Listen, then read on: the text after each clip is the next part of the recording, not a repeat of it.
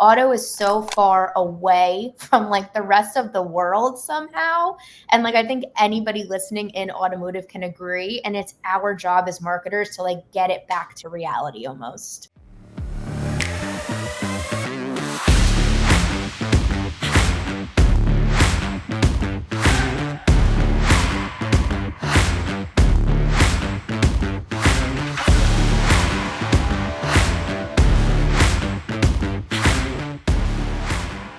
In a world overflowing with data, how do you make sure the right data is not just at your fingertips, but driving your dealership success?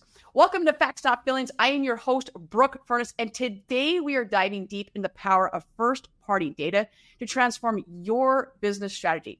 Stay tuned as we unlock the secrets of top industry experts. Joining me today are three leaders and three dear friends of mine who are at the forefront of utilizing first-party data to revolutionize marketing strategies in the automotive industry. First off, we have Sarah Ciociola, who's the Director of Paid Media at PC Digital, who brings a wealth of experience in navigating complex digital landscape.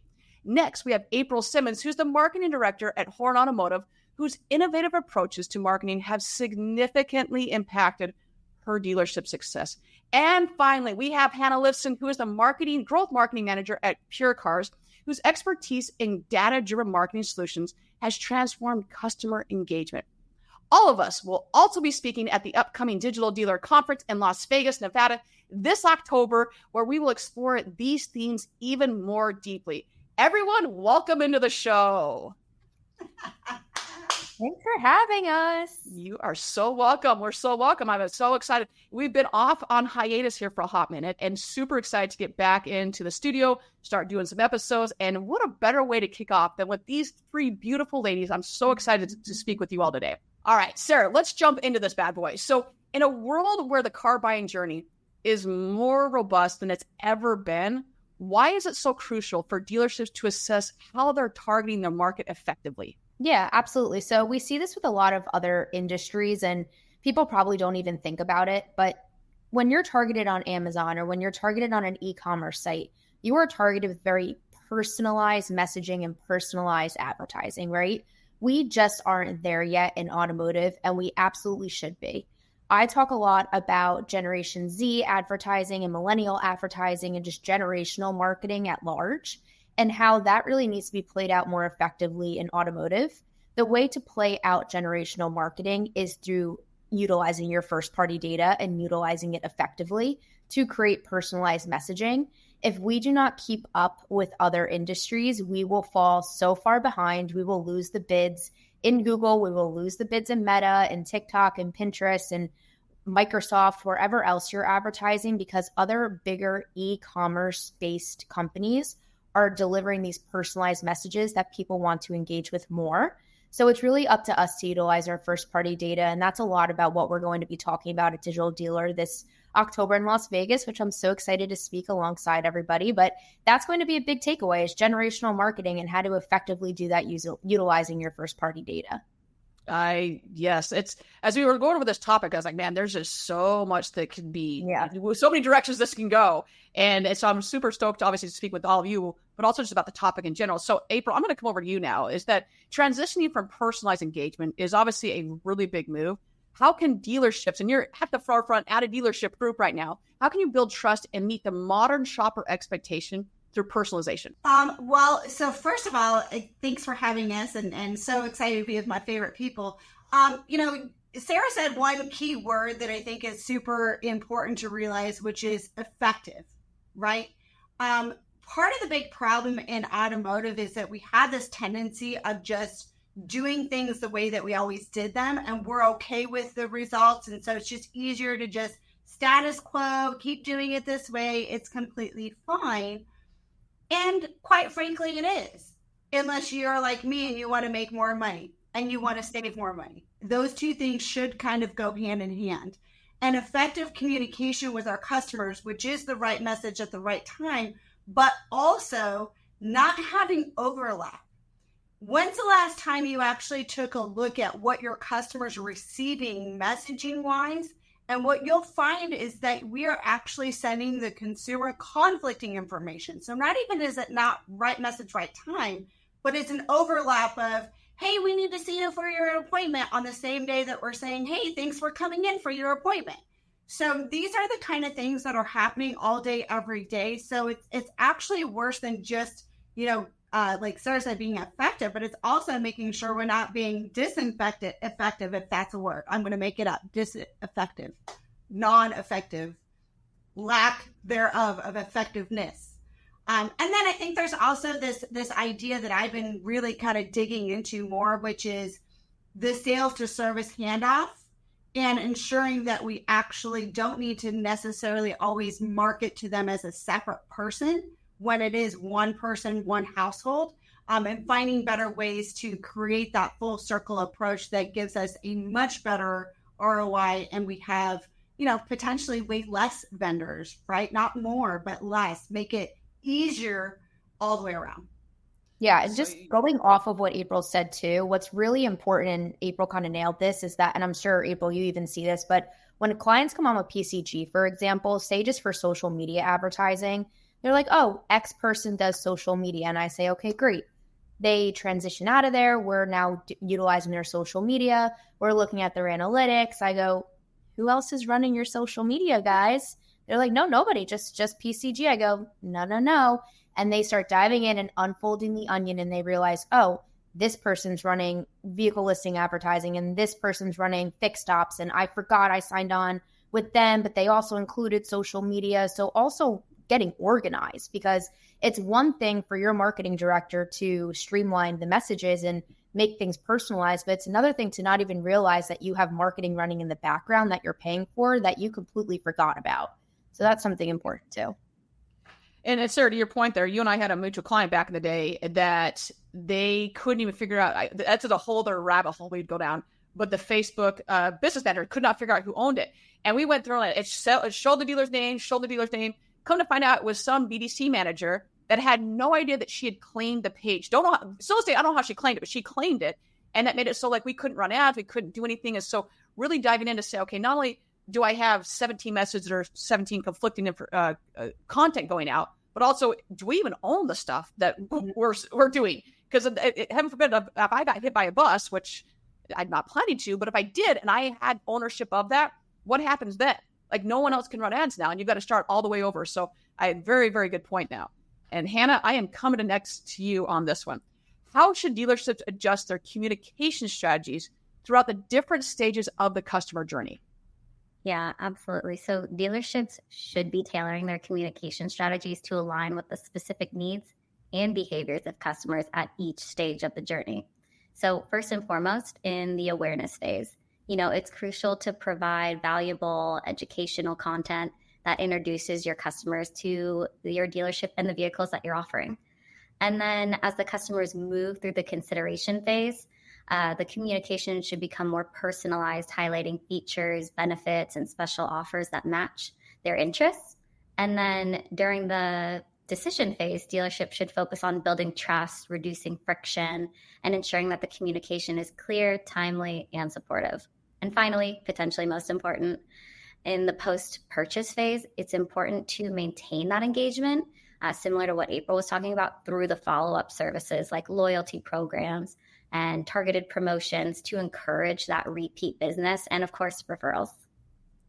And I love that you brought up the post-sell. Like we get so enamored with acquiring customers. I'm like, that's not the problem. Our problem is retaining customers. The problem is that we bought a car and yet you're telling us the next day that something is on sale and you're sending us something else. Or I think Sarah, you said this earlier, I'm going in for service or have a service appointment or just had one and I'm getting targeted with, you should come in for service. Like, no, I actually shouldn't come in for service because I was just there. But the deficiency of your processes and your, I'll say even tools in-house is making it very, very difficult for me to know what's going where and who to target. So that's a really, really good point there, Hannah. So thank you very much for that. Sarah, I'm coming back to you on this one. So when you're looking at all the marketing efforts out there, how important is it for dealerships to audit and streamline to avoid redundancies and cut costs? Yeah, so that kind of goes to my point earlier, but it's really emphasizing your media mix, right? And really having one person at your dealership or at your dealership group that's really taking charge and ownership of your media mix. So like I said before, some people come on and some dealerships come on and They don't even know who's running their social. They don't know who's running their Google ads, or they have vehicle listing ads being ran here, and then all of their searches being ran with this company. Like it's always a complete dumpster fire 9 times out of 10. So really being able to identify who's running what, exactly what's running under each, platform or under each, marketing effort, realizing how much money you're actually spending within each of these platforms and within each of these efforts. That includes not only the spend that you're spending organically on these native channels, but also through management fees and other hidden costs, and realizing what's being effective and what's impactful and what's not. A really good marketing director in an automotive setting is able to own that completely. If you don't have somebody at your dealership who is completely owning your media mix, then you either have to outsource it or you have to grow an internal marketing team that's able to do that effectively, or else you're going to misspend thousands and thousands of dollars a month on your marketing. Amen. Mic drop moment right there. It is. Like, I was working with a group recently and we were going through just different lead sources and social media, whatever. And I go, I'm just curious, anybody know what this source is? They're like, I have an idea. And so we went back and forth. I go, is service running anything that you guys don't know about? Like, could it be that? I go, I guess it could be that. So I dug a little more and I found out who the company was. I go, so this all goes into, come to find out, it's the service department that has signed up for a ton of different marketing that nobody knew about. And it was, I go, just so you're aware, like, here's your return on investment for this company. And they're like, oh shit, like this really? I was like, yeah, like, so I'm not saying cut them. I'm just, here's the data. You guys want to do what you want, but I know how much you're spending on this, and this is the ROI that you're not getting back from it. So also having the communication to know, to your point, is sales, service, parts. So many different people like, oh, I've got this ad agency. I'm running an OEM program over here. Oh, I signed up for this, so I didn't even know about it. It was still running. It's just all over the map. So really consolidating, not all, to really know what the heck is being sent out to the customer. Like, it's such a big problem here. And April, I'm going to go on a limb and say you probably never, ever deal with trying to streamline all your data, right? Never, right? No, I live this dumpster fire. This dumpster fire is my life. Like, I am in the full-fledged dumpster. This is 100% where I'm at. Because to the point, one of the first places where, based on what Sarah was saying too, that we need to ask questions is the OEM. Because the OEM is always running these programs. And a lot of times we sign up, when we sign up for the OEM, we sign up to allow them to have access to our first party data. And with that access, what are they doing? What marketing are they sending on behalf of our customers? And can you tailor it back? Can you push it forward? What parts can you control and what can you not control to minimize the overlap? If you don't know what they're sending out on your behalf, you go and now I sign up for another vendor, we're sending out different conflicting messages to multiple people. But then a lot of times too, again, Sarah's point on the ad budget, like we have an ad budget that has to be approved, and okay, here's what I want to do. And the general manager, they make the decision for both, sales and service and everything. And they'll just put on there the company name and a dollar figure. And then I'll say, okay, well, great. What are you actually doing? Are we doing, $500 for social media, $3,000 for VL? Like, what is the media mix dollars wise that you're actually doing?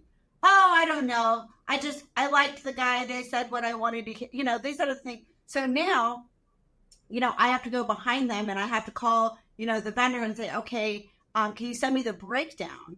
And then, of course, I look like the bad guy sometimes because I'm like, well, dude, you're spending the same money to do the same thing to the same person to multiple vendors. Like, that doesn't make any sense. Can we at least move part of your budget from here to here? Like, if you want to stay with that person, fine, but then can we move this? But the biggest problem really does come in service. And the reason being, and people are very smart about this, the on-program vendors, the OEM vendors, they bill you through the part statement. And so where we forget that we're spending money is via this part statement. And so one of the first places to go, if you don't actually know who your vendors are, like, first of all, let's figure out who you're spending money with every single month.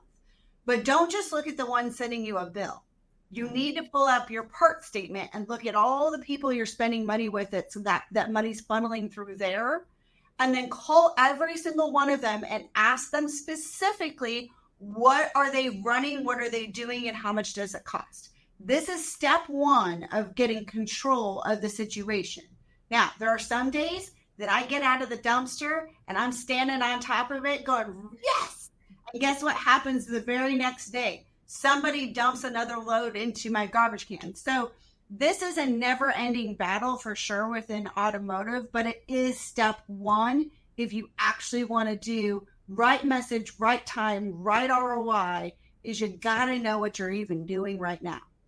Amen on that one. I was going through a group's financials, and it was just crazy, like the stuff that was coming through. I'm like, do you guys know that you're spending, there was a product that they were getting double charged for months. Like, well, it's more than, it was like over a year.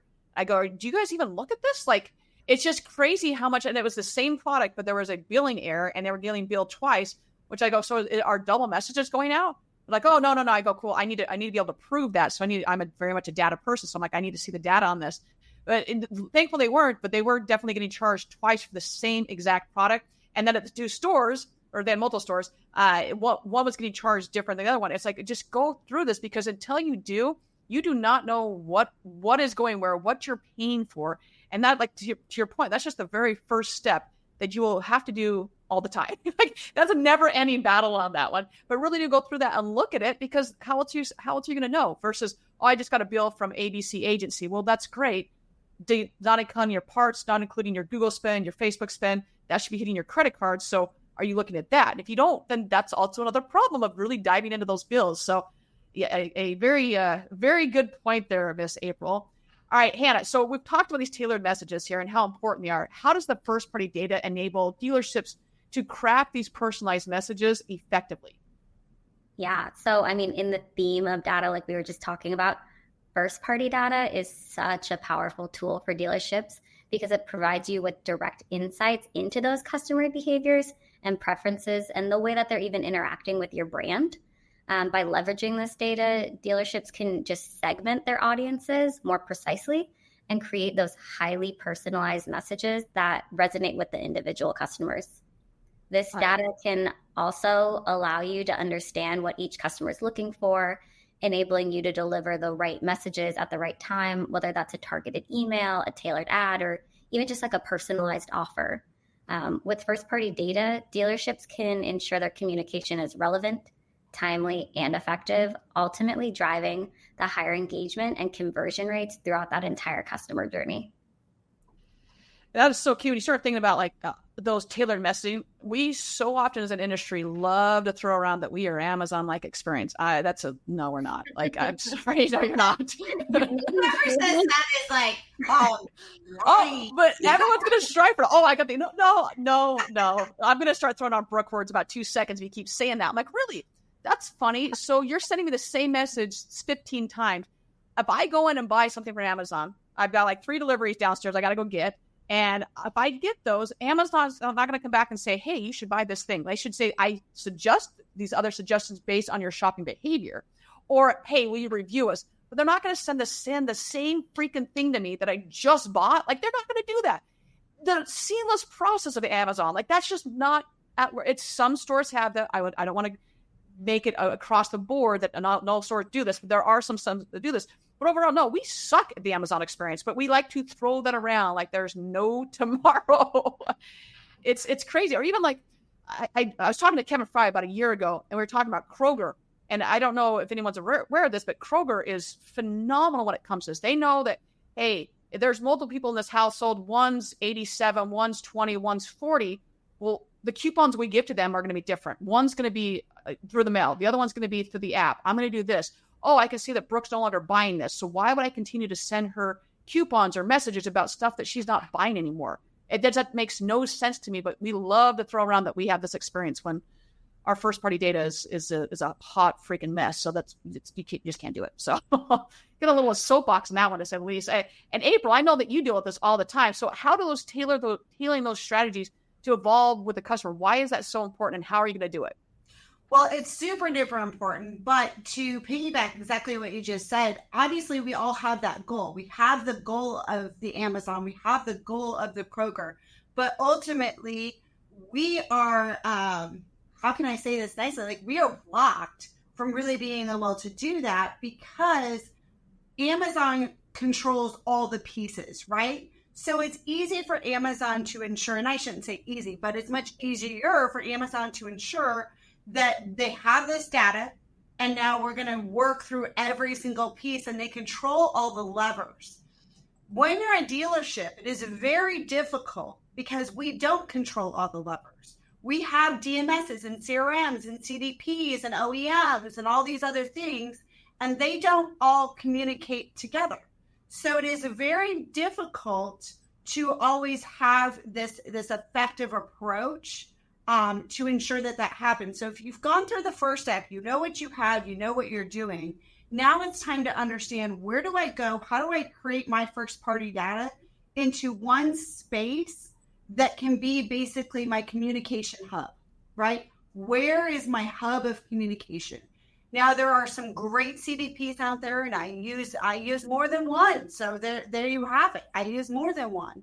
But ultimately, my goal and the thing that I'm working on is creating my own approach, so that if I have all my data in one place, that it doesn't matter whether it's the DMS, the CRM, the OEM, my website, that every single communication has to go through my one hub.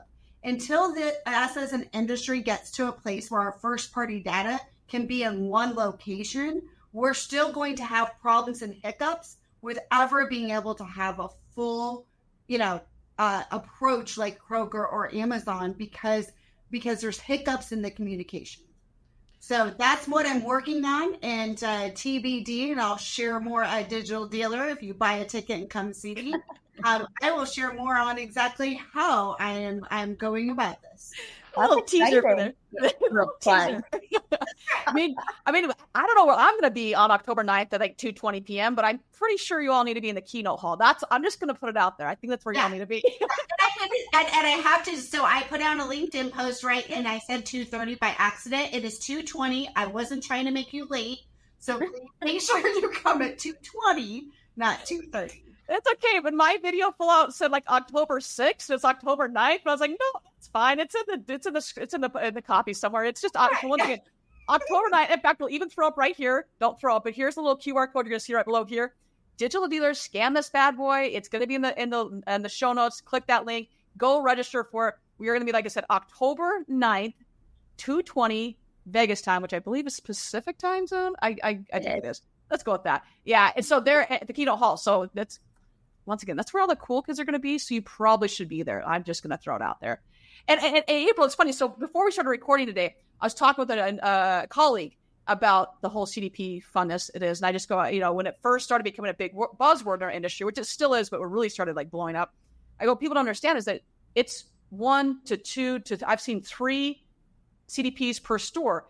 And one of the big things with me is like, one, understand is at this given moment, I think to my knowledge, there's only one company that I know that actually can do push-pull integration, which we will get into that if you come and see our wonderful keynote at 2:20. I'll get into that a little bit more. But that's the only one I've seen that's been able to push and pull. So if someone says they can do that, really look in and say, okay, can they do this? Is it into my DMS? Is it to my CRM? If I make a note in said CDP, does that push back over to the CRM and CDP or to the DMS? Is that making things more work for me than I already need to do? So really look at that and ask those questions. And you've got all of us on the panel. You can ask these questions. They're our network, everyone's network, and we can reach out to anyone to get these answers for you. Because sometimes it's also like, hey, we work with this DMS or this CRM, but we don't have a full integration with X, Y, and Z CRM or DMS. So really taking the time to understand that. Because if you don't, to April's point, and what we're seeing across the board is it's multiple CDPs to complete almost one action. Almost, not all. So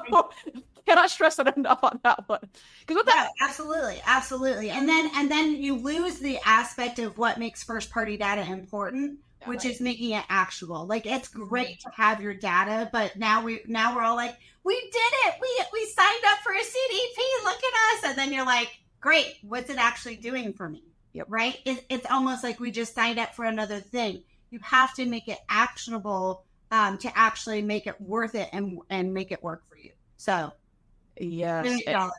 Yeah, I couldn't agree more. And it is a constant battle. Like when people are coming on, like I said, to go back to like, just understand that because of the constraint, it's like the same thing. If you look at speed tests, this is a bit of a hot point, and this has nothing to do with, but it's the same thing. Like we talk about speed all the time, but understand in our industry, we're not like the typical e-commerce. So there's stuff that has to be on our website that is mandated by the OEM. And just as a CDP or anything else, there's things that are mandated by the OEM, which can throw things off. And so if you're looking at in a friggin' vacuum, which is not the case, that is going to skew the metric as well, whether it's the speed test, whether we're looking at marketing. Hey, we have to have this thing. We don't want to have it, but the OEM is mandating we have it, or whatever it may be. But once again, looking at this holistically to say, is whatever we're doing progressing us, and then having the data to back it up. I cannot stress it enough.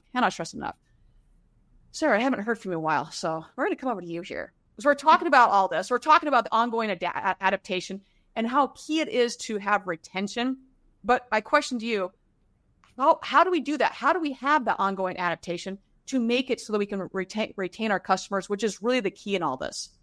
Yeah, I don't think we as an industry focus enough on retention when it comes to our paid media strategies at large. I think that's kind of a newer topic, honestly, that we're going to start hearing more and more at these events. And it's crazy, even exactly what you said before, like we don't have a customer acquisition problem, we have a customer retention problem. And that's 100% correct. Focusing more on lifecycle marketing when you're creating your paid media strategies is going to be absolutely key when it comes to retention, because you're not just talking about branding, you're not just talking about driving traffic to your website, you're not just talking about conversions and leads, which like I don't want to hear about anymore. Like if I have one more conversation about form fills and leads and this and that, like I'm going to lose my mind. But how are we creating retention strategies for these customers? And not just that, but also how are we creating online engagement and communities that have nothing to do with leads, but are promoting loyalty for your dealership and are promoting word of mouth advertising outside of the digital realm for your dealership. When you're really good at social media, like there's a few really great dealership groups out there, like the Mohawk Auto Group. Like everybody's seen Mohawk Chevy, Mohawk Honda, and how they just put out that really awesome like TikTok web series. Like that's creating a community online that has nothing to do with lead engagement. But people are talking about it, and people now have an honest and they have a great, idea of who Mohawk is, because they're creating that community online that's all about retention and all about loyalty. And that's how they're going to get their customers back. And I always kind of, compare this to like, a blind date or something like that. Like all you are focused on is getting these people's phone numbers, names, emails, but they don't know anything about you. Why would they ever want to give you their information? And that's the same with like generational marketing, right? Generation Z, millennials, like nobody's filling out forms. I am not filling out a form. I'm not even answering the phone if I don't know the phone number. So if I know that I'm shopping for a car, I'm not filling out the form on your website because I know I'm going to get 25 emails, 100 phone calls. I'm going to get bombarded with texts, and it's just not productive. But if I'm just organically engaging with you online, my retention and my loyalty to that dealership is going to just be tenfold compared to the dealership down the street who is only focused on salesy advertising and getting me to fill out a form that I'm never going to respond to anyway. Well, this is like another pet peeve of mine. At what point did we decide, oh, you know what? It's probably a good idea if we take that person on the lot right there, let's go tell them to fill out a form and maybe we'll get back to you 1 to 2 days. Yeah. Like you would never ever do that. But yet that is what we're doing on our website, to be like, hey, you fill this form out. We might get back to you, but probably won't answer your questions. Like, let's be honest, in the industry, we suck at answering questions. So we probably won't answer your questions, but then we're going to bombard you with 7,000 different messages for the next 90 days because that's what we're told to do. Like, what? No, like you're going to do other things to work around it, especially the younger generation. 100% is going to. They're just not filling out forms. And yet, I think the stat was like 2% of forms actually get filled out, like of traffic comes through. Don't quote me on that. I think it's 2%. But that's just like bottom line. People just don't fill out forms. Like, why are we continuing to do this? And to Mohawk, if you haven't seen that, I'm sure that the video editor and Josh and his team are going to put some clip in here. But if you don't, it's so cool. Phenomenal. I remember Daniel was texting me and I was like, dude, this is awesome. This is so great. And then it just blew up, and then they've been on like USA Today. I mean, it's been everywhere. Yeah. Like 100% went viral, and they do such a good job. But also it's not about a least special. They're understanding that, hey, we're just as human as everybody else. Let's have some fun. What makes me laugh? And Sarah, you might know this, but the gal that started it, like the main character in it, isn't she pretty new into auto? I'm pretty sure. Yeah, she's newer and she's younger, and she just like took what she knows outside of auto and implemented it into auto, which is exactly what I was saying before, right? Like taking all of these trends and just how people want to interact with other brands and interact with each other in general and implementing it into auto. Auto is so far away from like the rest of the world somehow. And like I think anybody listening in automotive can agree. And it's our job as marketers to like get it back to reality almost. Amen. That is a big one. Always like, well, I don't know what to post. I'm like, so I'm just curious, what do you scroll and look at all the time? Like, are you looking to laugh? Like for me, I always look to laugh, unless it's Jordans. Like that's a whole other situation. We all know I'm going to be searching Jordans, but I want to laugh. I want to, find little things like that where the other person's educational. Well, then would you follow your own stuff? Because I guarantee if we polled the audience right now, 90% of you are like, there's no way in hell I would follow my own dealership. Like, no, I don't want to. It's like, it's talking about a service special, lease special. While those are great, I don't want to be following that stuff. I want to follow something that's engaging and funny or whatever it may be. So really looking internally. And if you don't know, hire someone younger. They know what they're doing for the most part. So yeah, but then we turn around and we fire them because they didn't produce leads. Exactly. Yes. It's this thing where I just go, hey, we have all of the facts. We have the data. We know the proof. We all can show it. Yet we still have a feeling and a resistance to change. And that's part of the problem. If you're not willing to say, hey, all this data staring at me, how can I start to move my big old ship to actually, make these changes and understand that we don't live in a 30-day sales cycle and that there are things that matter outside of that. And in order to actually have a retention strategy and a better ROI and cut out marketing waste, which can be expense waste, all of these things during market compression, the first thing we have to do is look in the mirror and say, are you willing to change? Because if you're not willing to change at all, if you're not willing to learn or change, then, it's just a waste of time on everyone's part, and you can just keep overspending and all the things. Yes. That is Nathaniel and I actually got a pretty good conversation. It was back I think it was MRC like 3 years ago, it might have been 4 years ago. We were just talking about like how people get so concerned about leads generated off of social. It's like, well, that's not the point. Like if you're only measuring that, then you're always going to fall short of that goal, and you're setting up your team for failure. It's not about that. It's about, now we'll take Mohawks, we're talking about them, that they're recognized not necessarily for a car dealership. Like that, then when you think about it, oh, I need to get a Honda, a Chevy, or okay, I'm going to go to Mohawk. I mean, Brian Ortega does a phenomenal job. Like if someone's in that area, the first thing they're going to think when there's a Toyota Todd, they're going to think, oh, I should go to Valley High. Like it's that branding message that continues to resonate with someone, to be like, hey, when I'm in the market, same thing with me. Like I know I'm going to look at stuff all the time. And then when it comes time to buy something, I'm like, oh yeah, I saw that on blah, blah, blah, blah, and I really liked it. I'm going to go there. That's how you should be versus leads. But that's a whole other episode in itself, I'm pretty sure. So, all right, Hannah, we're coming over to you here now. So we've talked on all of this. We're obviously talking about the broader perspective right now. We're talking about all of those things right now. So what future trends should dealerships prepare for in managing and utilizing data? Sure. I mean, first and foremost, I think we need to think about data privacy and compliance. Regulations are tightening. Dealerships have to now ensure that they handle their customer data with responsibility and transparency, while also building trust with their clients. Secondly, and my favorite topic, the integration of AI and machine learning. I think that's going to become increasingly crucial. Like these technologies can analyze vast amount of data in real time, which will help dealerships enable and predict customer behaviors, therefore optimizing marketing strategies and delivering even more personalized experiences. And then another shift, which I think we're almost there, but it will become even more present, is the omni-channel marketing, where dealerships will need to manage and synchronize data across multiple platforms and touch points. Again, trying to reinsure that seamless Amazon experience, so that it's consistent. And then lastly, I don't think we need to forget about electric vehicles, EVs, becoming a little bit more prevalent, and the data landscape that will shift to include new metrics, insights to like EV adoption, charging behavior, and energy consumption. Yeah, you bring up a good point about the EV. I was reading something this morning from JD Powers where I'd had the wonderful Maddie Morgan on the show last year. We were talking all about the adoption rate, where it's going, and they've definitely curtailed it a little bit. Just it's not as booming like they thought it was going to. And we went from like, I think they were saying like 12% to now like 9%, but the hybrids are still on the rise. Mm-hmm. So I'm sure we all saw this, but George Denny had a great post about, going through and redoing your BDP pages, your SRP pages, like little things like that, which we can get into more at the wonderful keynote session. But all these different things play a part in that customer behavior. And so I really, really appreciate that.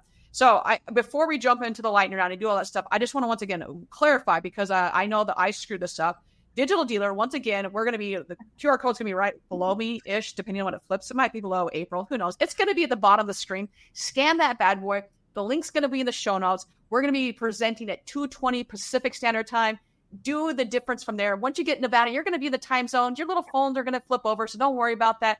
In the keynote hall with these amazing, amazing ladies. And just huge shout out to Digital Dealer for having us back again. Like this is like the superstar panel at this point, the April All-Stars. Are we like 4.0 at this point, April? I don't know how many we've done together.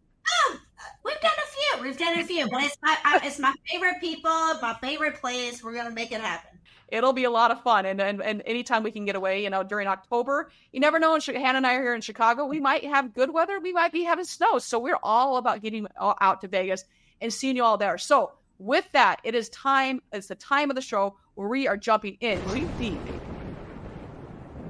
I've got Hannah up to my left here. So Hannah, first and foremost, where can people follow you? How can they find you? How can they get in touch with you? Sure. Absolutely. Find me on LinkedIn. Feel free to DM me. As long as it doesn't look like spam, I'm available to chat. I'm there. Brooke, I think you have the QR code or a link for me. And if you don't, just feel free to drop it in the show notes. Yes, it'll be 100%. There's going to be a QR code. Just scan that. You can get in touch with her. Also in the show notes, you're going to see that. Let's click that little link. It is not a spammy link. It is going to take you to this beautiful lady here. Sarah, I've got you up next. So you're to the right of her, or it might be left. Who knows? But I've got you next to her. So how can people get in touch with you? Yeah, you can also connect with me on LinkedIn. I'm very big on LinkedIn. Same thing like Hannah said. As long as it doesn't look like a spammy note, I will 100% get back to you. Also, our new PCG digital website just launched, which our team is super excited about. It is super interactive and cool. So I encourage you to take a look there as well. Fantastic. And April, down to you, babe. Same thing. LinkedIn is usually the easiest one. I do get buried in my messages. So if I don't get back to you and you were not spammy, you are welcome to send me a second message to bump your message to the top. And I'll do my best to get back to you ASAP. Or, obviously you can even just comment on any of the conversations that we're having. Join the conversation. I think the biggest aspect with LinkedIn is instead of doing a private message, join the conversation. Let's start talking about this as we head up to Digital Dealer and bring more people into the crowd. We'll all see you there. Amen. And let's just put it out there. If you connect with us and then 30 seconds later try to pitch us, we're probably also not going to answer you. I'm just going to go on a limb on that one. Like, just be a real human being. That's all we're asking. Like, if you're real, it may take us a hot minute to get back to you, but we will get back to you. Happens to be when we're online at the same time, we'll get back to you. But if you look spammy, there's no way. It's just not going to happen. So I 100% agree with everyone that just said that. So, all right. So April, you, and we're going to start with you. I know you've been on the show before here, so I'm going to hope that I have not asked this question before to you, but we're going to find out. Let's go with, what is your favorite vehicle? Did I ask that already to you? I don't think so. And if I did and I answered it, then so be it. You get to learn again a second time. The problem is like my music, I have different loves in different areas, right? Like I have my muscle car love, my truck love, my old car love. But probably the one that kind of is in my heart and soul is the Cobra, because my grandfather used to build Cobra kit cars. And so I got to spend a lot of time in the shop going up with him. And that was just, so much of my fond memories are around that particular car. So if you make me choose one car, that's what it would be. I like it. Sarah, once again, you've been on the show before. I don't know if I've asked that same question on. Have I? I don't remember, so I guess not. Let's go with it. All right. Sounds good. I don't know if I have like a favorite like sexy car per se, but I love a Volvo X90. Like that'll probably be my next car. And the reason behind why I love Volvos is because I grew up with Volvos. My mom drove a Volvo, my dad drove a Volvo, so it's very nostalgic for me, which is again very important for branding purposes and stuff like that. Remember that. So probably a Volvo X90, I would say. That's gonna be my next car. So Okay. And Hannah, you and I don't really drive a whole lot in the city, but if you had to choose and you were going to pay, $400 for parking a month, what would it be? Right. I think my dream car would be, to Sarah's point, like something a little bit sexier. It'd be the A5. It's like the 2-door. It's kind of quick, but it's like a big body where it has room. So something fun, but, semi-practical. Okay. I like it. All right, Sarah, we're going to round out the last round of questions here with, most important, we all love this industry, but what is it you love most about this industry? I love that there are some really cool people that are trying to move it forward, and more people are getting on that train. And you see that a lot at these events like Digital Dealer and NADA, and even some of the smaller events where you just have, it doesn't matter how old you are, you have a bunch of leaders in the automotive space that are dedicated to moving this industry forward and dedicated to implementing new trends that will ultimately help these dealers. And I love the education behind it all. I love that people are coming to these events and they want to educate these dealers, and it's not a pointing fingers kind of event. It's not like, oh, well, you're doing this wrong and I know how to do it right. It's very like, let's get in a room and collaborate and see like what kind of solutions we come up with. That's probably my favorite part about working in this industry. Amen to that. Hannah, over to you. Same question. It's a similar caliber of answer, but for me, it's just the people plus the personality. To Sarah's point, I love that they're moving technology forward, but I truly do just enjoy the big, bold personalities that I run across in automotive, both on the dealer side, both on the vendor side. Like I've never laughed harder than when I'm sitting at a table of dealers, or I've never laughed harder at like a digital dealer. I've never wanted to stay out later. They say do it for the plot. I feel like there is a plot twist at every time, even we get together here on the panel. People are funny, people are loud, people are authentically themselves. And it's such like a strong camaraderie. And to Sarah's point, it doesn't matter like the age range coming in with automotive. You could be 18 and, fresh out of high school, or, I'm friends with people that are in their 70s or 80s, still working in the car industry. So it's that caliber of, personnel that I think automotive attracts that I love the most. April, down to you, babe. Real simply put, it never gets boring, right? and so it's interesting because I look at things I've done in the past, and it took me a while to kind of figure out why and what I really love about automotive, and it's that I love to solve problems. Well, guess what? There is a never-ending amount of problems in automotive, right? And it never will end, right? We're always going to have things, whether we're evolving to solve problems or we're going back to solve an issue, or quite frankly, I'm just trying to figure out how I'm going to like swap out a tile because it got leaked on, right? Like there's always things happening in problems. So I'm never going to get bored choosing to be in this industry, which is awesome. I love it. It's always interesting. I always love asking this question, and I will tell you the resounding answer is the people. And to your point, it's either that or there's never a dull moment. Like there's never a dull moment in what we do, for better and worse. There's always something going on. There's always room for improvement to learn. So with that, ladies, I just want to thank you all for being a part of this. April, as always, thank you for making this panel happen. And if you haven't seen this point, any social thing that's going to be happening is this brilliant laid up here, whatever way it decides to go up. And Hannah, she does a great job with all of the posts. So thank you for that. I mean, it's been such a team effort to get this up and going. I just always enjoy working with you, wonderful ladies and brilliant ladies. So with that, everyone, like I said, if you've not had a chance, grab your tickets at digitaldealer.com. You've seen the QR code like 15 times at this point. We're speaking on the October 9th at 2:20. We hope to see you there. With that, everyone, you all know the drill at this point. Find a way to serve today. Find a way to just be the joy in someone's life, whether that is opening a car door, whether it's at a kind smile. Just do something to better someone's life today. And with that, everyone, we will see everybody next week.